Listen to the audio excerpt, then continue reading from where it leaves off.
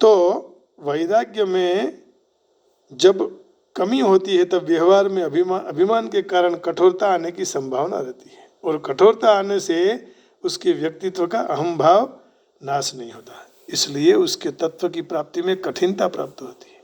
व्यवहार में कभी कभी कठोरता ना भी आए ये भी जरूरी है, और साधक सर्व प्राणियों के हित में कार्य करे।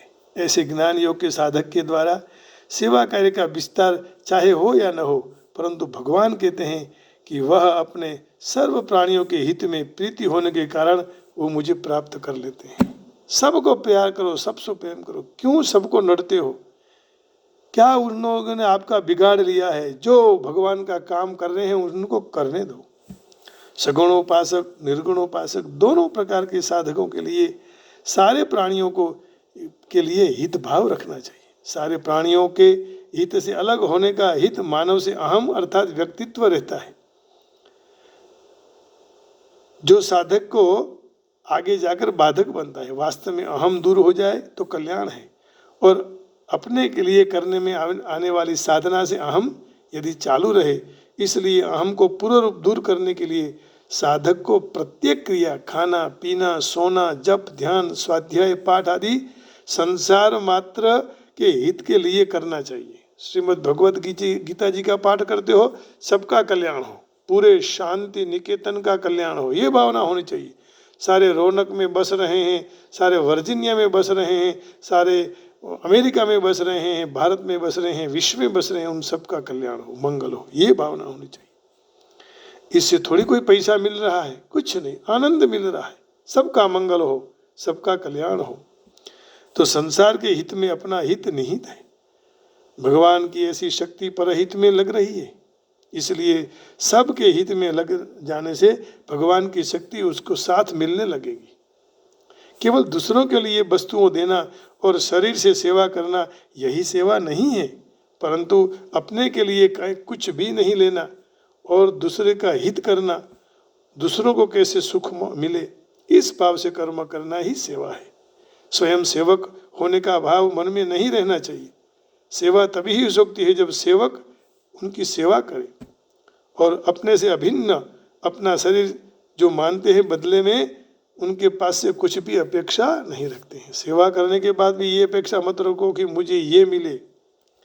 जिस तरह मनुष्य किसी के उपदेश के बिना अपने शरीर की सेवा अपने आप बहुत सावधानी से करते हैं और सेवा करने का अभिमान भी नहीं करता है, इसी तरह सर्वत्र आत्मबुद्धि होने से सिद्ध महापुरुषों की अपने आप सब में हित में सबके हित में प्रीति रहती है और उनके द्वारा प्राणी मात्र का कल्याण हो जाता है।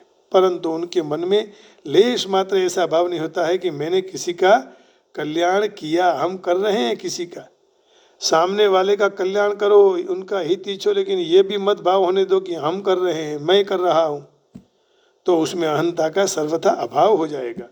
इसलिए ऐसे जीवन मुक्त महापुरुषों को आदर्श मानकर साधक सर्वत्र आत्मबुद्धि करके संसार के कोई भी प्राणी मात्र को किंचित मात्र भी दुख न हो और दुख न पहुंचा के उनके हित में सदा तत्पर और स्वाभाविक रहना चाहिए।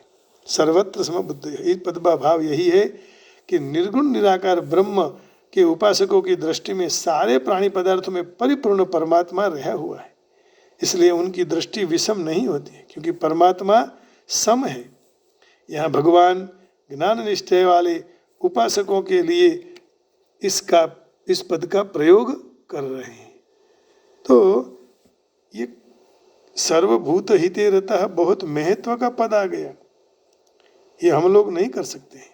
मैं भी संपूर्ण तरह तो नहीं किया हूँ, लेकिन प्रयत्न करना चाहिए, ये भाव इसमें जरूर आना चाहिए।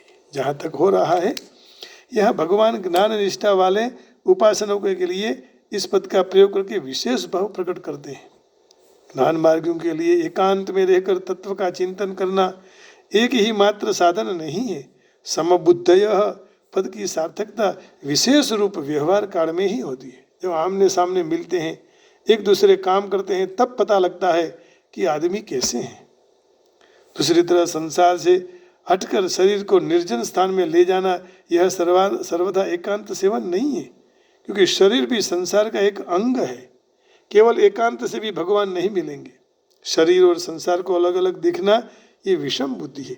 शरीर और संसार दोनों एक हैं, इसलिए शरीर और संसार एक समझने से समबुद्धि हो जाएगी। वास्तविक एकांत की सिद्धि तो परमात्मा तत्व से अतिरिक्त अन्य सब पदार्थ और शरीर और संसार की सत्ता का अभाव होने से होता है। साधन करने के लिए एकांत भी उपयोगी है, परंतु सर्वथा एकांत से भी साधक के द्वारा व्यवहार काल में भूल होने की संभावना है। शरीर में ममता न होना वास्तविक एकांत है।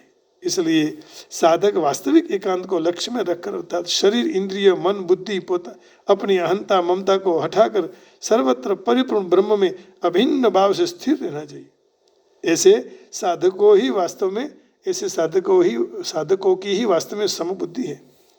गीता में समबुद्धि का तात्पर्य समदर्शन है, नहीं कि समवर्तन। 5वें अध्याय के 18वें श्लोक में भगवान ने विद्यायुक्त विद्या विनय संपन्ने ब्राह्मणे गविहस्तिनी शुनिचैव स्वपाके च पंडिता समदर्शिना। तो यहाँ जिनके साथ व्यवहार में कोई भी तरह से समता होने का संभावना नहीं है, समदर्शिना पद प्रयुक्त हुआ है। इसलिए तात्पर्य ये निकलता है कि सबके प्रति व्यवहार कभी समान नहीं हो सकता है। अब कुत्ता है तो कुत्ते में, और कोई गुरुजी है और संत साधु हैं, पिताजी हैं, तो समान व्यवहार थोड़ी होगा। व्यवहार एक समान कर नहीं सकते हैं और होना भी नहीं चाहिए। व्यवहार में भिन्नता होनी आवश्यक है।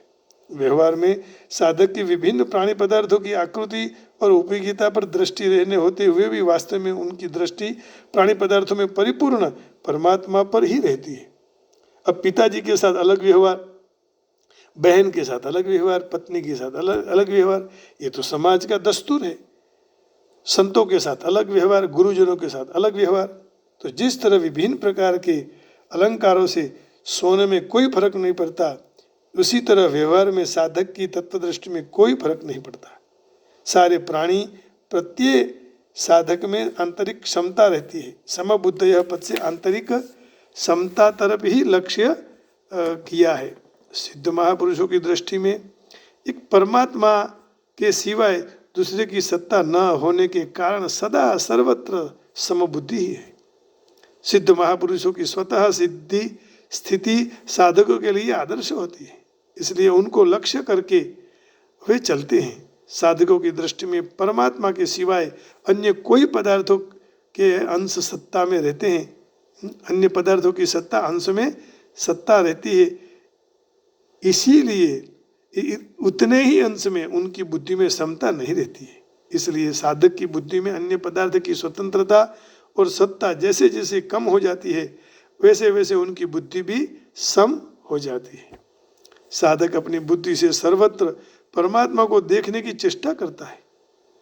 जब सिद्ध महापुरुषों की बुद्धि में परमात्मा स्वाभाविक रूप से इतनी संगीनता परिपूर्ण, उनको परमात्मा के सिवाय दूसरा कुछ नहीं याद आता है, परमात्मा ही सब कुछ है, इसलिए उनकी बुद्धि का विषय परमात्मा नहीं है, बल्कि उनकी बुद्धि ही परमात्मा से परिपूर्ण है। इसलिए सर्वत्र समबुद्धयः। आगे का भाग कर लेंगे। मैं आप सबसे प्रार्थना करता हूँ कि किसी के हृदय को दुख मत पहुँचाइए। आप अपने काम में मस्त रहिए, आप अपना सोचिए, दूसरों को पीड़ा मत दीजिए। समबुद्धयः सर्वभूत हिते रताः सर्वत्र गमचिन्त्यञ्च कूटस्थमचलं ध्रुवम्। इसी रास्ते पर चलने से परमात्मा प्रसन्न होते हैं। मैं तो कहकर छूट जाता हूँ, यदि आपको अच्छा नहीं लगे तो आप न करें, लेकिन सब पर राजी रहें, यही बारंबार प्रार्थना करता हूँ। सबका मंगल हो, सबका कल्याण हो, इसी भावना के साथ वाणी को विराम देता हूँ। जय श्री कृष्ण, राधे राधे, हरिओम, ओम नमो नारायणाय। बांके बिहारी लाल की जय, जय राधा रानी की जय।